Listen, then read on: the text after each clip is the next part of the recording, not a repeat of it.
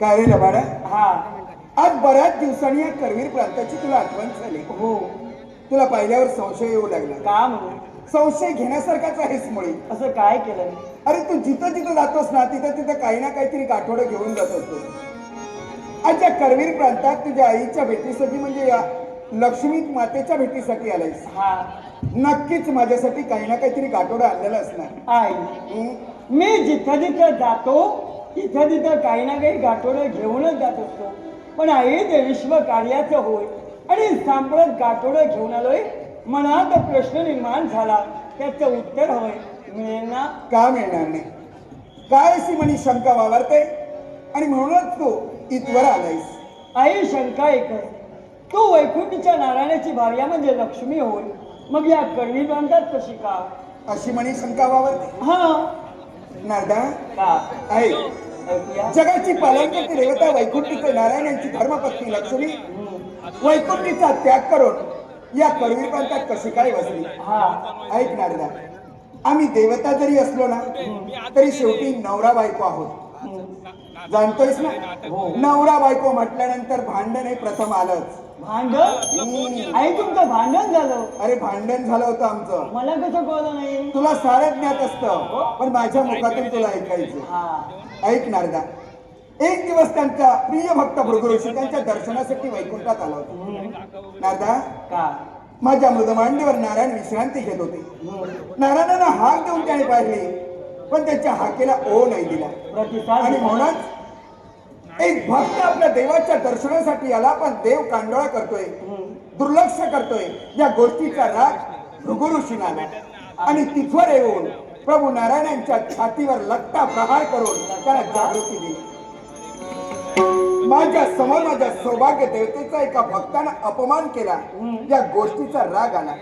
पण प्रभूना त्याचा राग नाही आला. मग त्यांनी मारलेली लाट, त्यांनी केलेला लट्टा प्रहार त्यांनी हसत हसत स्वीकारला.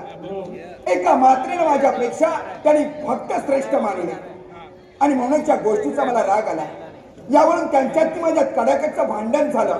भांडण विकोपाला गेलं, वैकुंठीचा त्याग केला आणि रागाच्या भरात या करवीर प्रांतात आले. मग आई, मला सांग, या करवी प्रांतात तू का आले? आम्ही देवता आहोत. आम्हा देवतांना कुठलंही कार्य कधीच नाही असेल ना तर फक्त निमित्त लागतं. निमित्त? मला फक्त हे भांडण करून निमित्त हवं होतं. हा करवीर प्रांतात येण्यासाठी कलियुगाला सुरुवात झाली होती. कोल्हासूर, रत्नासूर आणि करवीरासूर हे 3 दानव उन्मत्त झाले होते. भक्त ठाय ठाय रडत होते. भक्तांवर एक प्रकारचं संकट आलं होतं आणि त्या भक्तांचं रक्षण करणं गरजेचं होतं. आणि म्हणून हाती कारणी घेऊन करवीर प्रांतात आले. तिन्ही दानवांचा या लक्ष्मीला सेवक केला, दानव मुक्त करवीर प्रांत बनविलं आणि तद्दिनापासून करवीर निवासिनी महालक्ष्मी इथं बसली. आई, मग महालक्ष्मी अंबाबाई सुद्धा तुला म्हटलं जातं. मग अंबा माता म्हणजे देवादिदेव महादेवांची भार्या, मग आई ती तर कशी काय? अंबा तीच लक्ष्मी आणि लक्ष्मी तीच अंबा. हा ही 2 रूप, ही 2 तत्व या करवीर प्रांतात कशी काय बसली? हो, ऐक नारदा, ऐकूया. पार्वती देवी म्हणजे त्यावेळची दाक्षायणी. ज्यावेळी तिने लग्न केलं ते प्रजापती दक्ष म्हणजे त्यांच्या आपल्या पिताश्रीच्या मनविरुद्ध. हे लग्न प्रजापती दक्षाला मान्य नव्हतं. भोलेनाथांशी तिने लग्न केलं होतं. हा एक दिवस प्रजापती दक्षाने एक यज्ञ आरंभिला. त्या यज्ञाला साऱ्यांना निमंत्रण दिलं होतं, इतरत्र कन्येला निमंत्रण दिलं होतं पण दाक्षायणीला निमंत्रण नव्हतं. आणि निमंत्रण नसताना सुद्धा दाक्षायणी तिथवर आली. या गोष्टीचा प्रजापती दक्षाला राग आला आणि म्हणून दाक्षायणीला लावून टोचून बोलून तिचा अपमान केला. पण आपल्या पितृदेवतेने केलेला अपमान, या गोष्टीचा राग नाही आला तिला.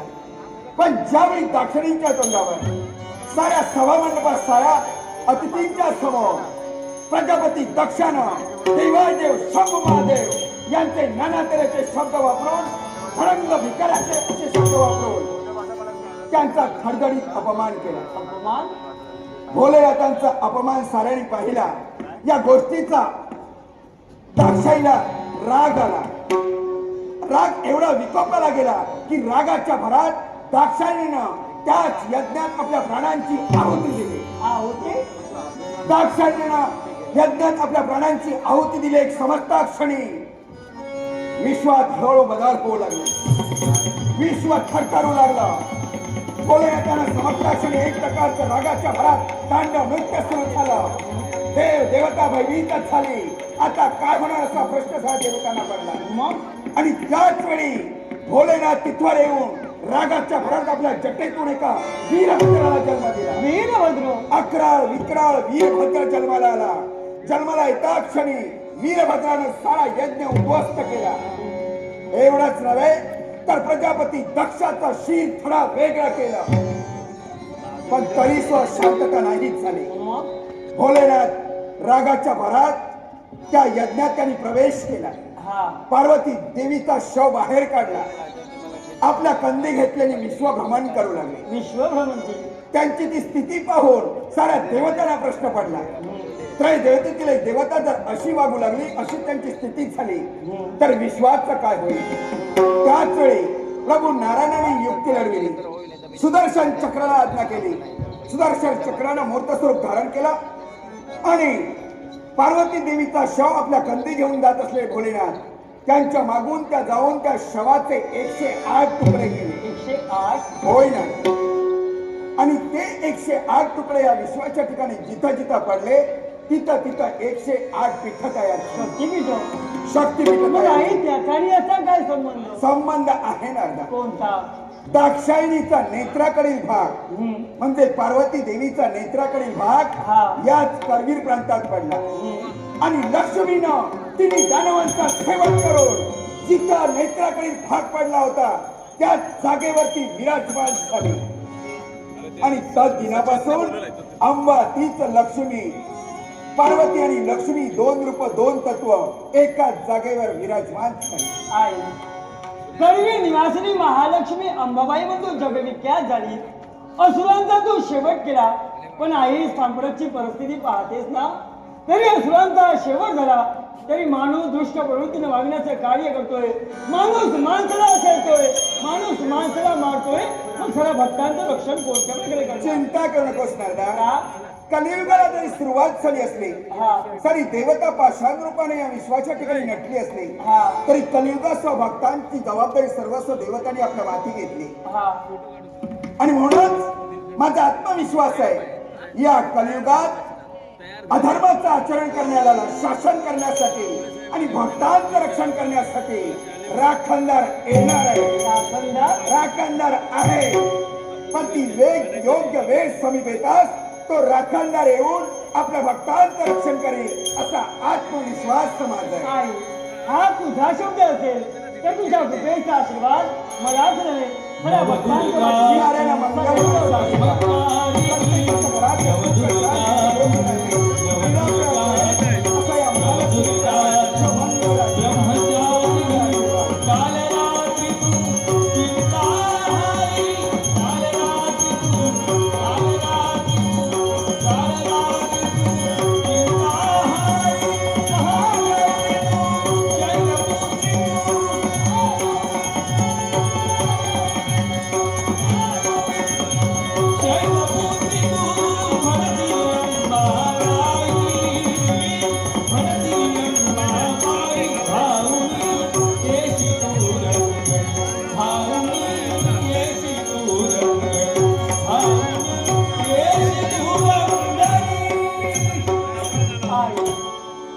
समाधान वाटू लागले. कारण सहज तुझ्या मुखातून शब्द आले. हे नारद हे करवीरच नव्हे तर विजय नदीपासून पठार प्रांतापर्यंत खऱ्या भक्तांचं रक्षण करण्यासाठी रक्षण दाता आहे. रक्षण करता आहे. मग आई तो कोणी का असेना खऱ्या भक्तांचं रक्षण करेल हा आत्मविश्वास माझा सुद्धा आहे. पण हे भक्त हो हा नारद तुम्हाला एक सांगू इच्छितो. आणि काय असेल कुणीही जीवनात अहंकार करू नका. कारण जर तुम्हाला अहंकार झाला तर त्याचा सर्वनाश हा ठरलेला आहे. आणि दुसरी गोष्ट म्हणजे दुसऱ्याची निंदा. मानवाला दुसऱ्याची निंदा कधीही करू नये.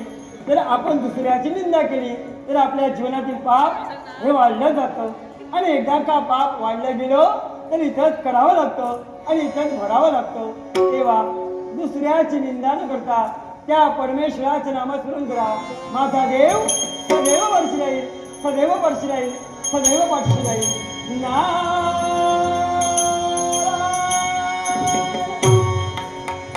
निंदा नको कुणाची, निंदा नको कुणाची.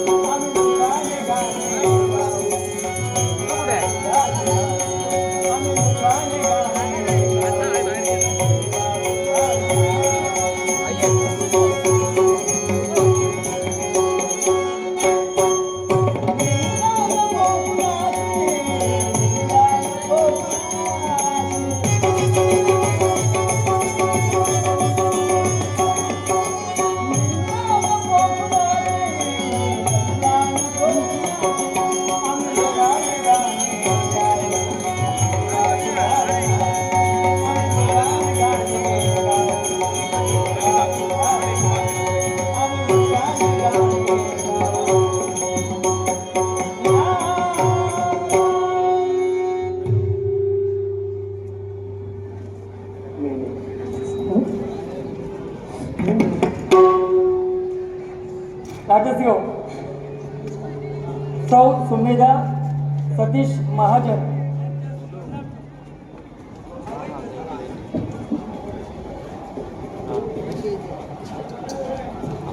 हॅलो भावळी प्रसादी भजन मंडळ दिवा सन्माननीय बुवा शेतकरी बुवा यांचे शिष्य तेजस महाजन यांनी आमचे संगीतकार हार्मोनियममध्ये आशिष कावदे मृदुंगमणी सन्माननीय बुवा सुप्रसिद्ध बुवा चंद्रकांत खोत आणि तालरक्षक राजू कलिंगन या तिघांच्याकडे गौरवप्रसिद्धी लाटूरचं पाठले कैलासाची सुमेधा सतीश महाजन यांच्यातनं शेषांगी लावो अशी ईश्वराची प्रार्थना करून भावळी प्रसादी भजन मंडळ दिवा यांचा सदोदित उत्कर्ष होऊ दे अशी गणाची प्रार्थना करून सन्माननीय बुवा तेजस महाजन यांचे आभार मानतो.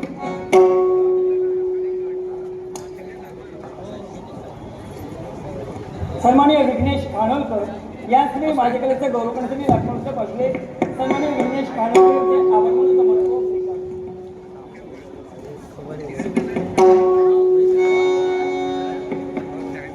भाजपा अध्यक्ष सन्माननीय विजय अनंत भोई यांनी महालक्ष्मीची भूमिका आमचे कलाकार संजय लाड यांच्याकडे गौरवकंठनी लाटमस्त पासले. भाजपा उपाध्यक्ष ठाणे जिल्हा सन्माननीय विजय अनंत भोई यांचे आभार.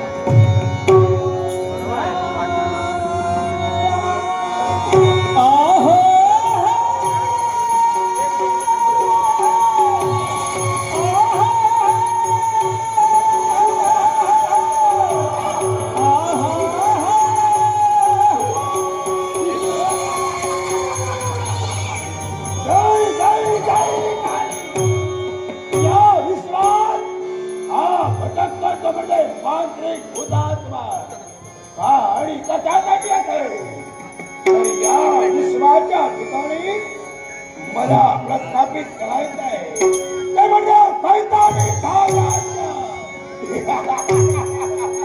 पण काय एका विचार मला देतोय.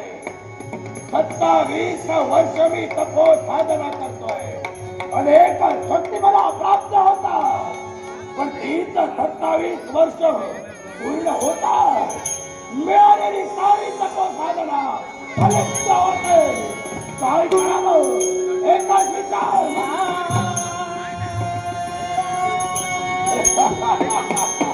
आश्चर्य वाटलं. आज आदर्शच नाही ते नाही पण तू विचारू दिसू लागला. याला कारण आहे. कोण तो? मला सैतानी साम्राज्य निर्माण करायचं आहे आणि त्यासाठी मी 27 वर्ष तत्व साधना करतो.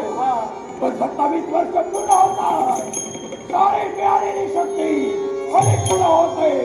याला कारण आहे. काय याला कारण म्हणजे असेल या विधीचा राज करता राजा महादेव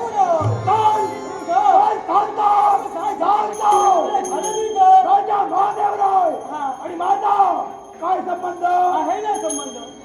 राजा महादेवराय याची कुलदेवता रासाई देवी. त्याच रासाई देवीचं एक भव्य दिव्य असं मंदिर आहे. त्याच मंदिरात रासाई देवीची मूर्ती आहे आणि तिथं एक त्रिशूळ आहे. ते त्रिशूळ 27 वर्षानंतर शुक्र ग्रहणाच्या दिवशी ब्राह्मणांच्या हस्ते त्याचं पूजन केलं जातं. ते तेजोमय होतं. राज्यात भ्रमंती करतो. तुझ्या साऱ्या विद्या नाही झाले. म्हणजे या साऱ्या माझं तो त्रिशूळ आहे ना मग खरे नष्ट करेल तो त्रिशूळ. पाहिजे तुला हा माझा महाबलाढ्य प्राणी दिवसाला 3 मनुष्य भक्षण करतो. याच्या उदरात एक तरी मनुष्य प्राणी कुजलेल्या अवस्थेत असणार. भटकणाऱ्या आत्म्यापैकी एक आत्मा त्याच्या उदरात थोडे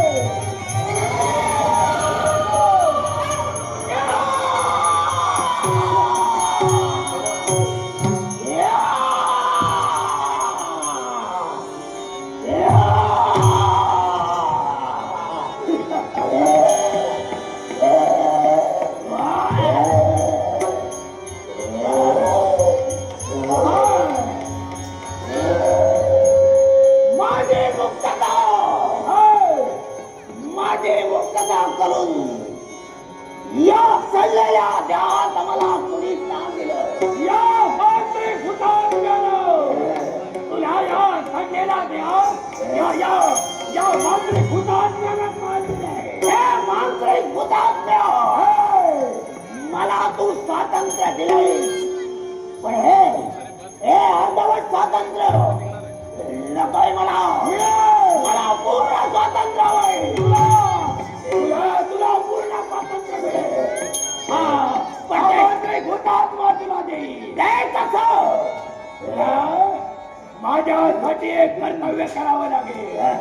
तुला एक निर्णय करावा लागेल.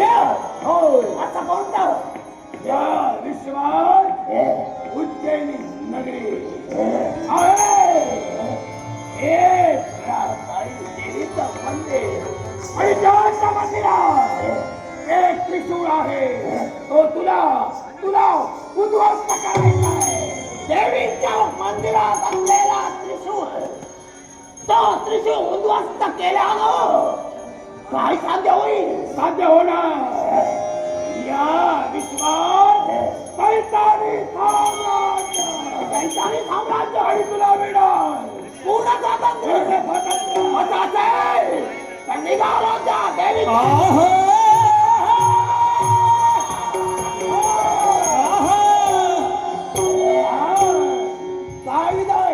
तुला महाबलाच्या देह मिळाला, पण तुला नामविधान हवाय. मी देणार हा तुझा सडलेला देह, रक्ताने मागलेला देह. म्हणून या विश्वात तुला रक्ताभिषेक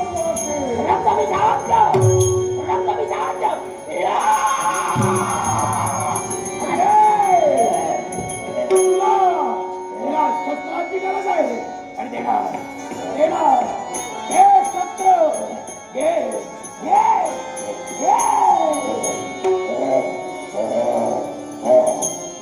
मांत्रिक भूतात्म्य, मला तू शस्त्र दिलं.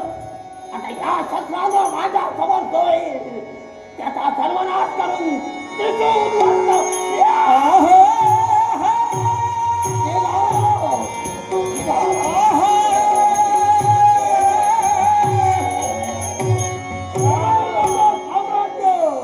विजयी होणार मी आणि त्यांनी थांबणार नाही.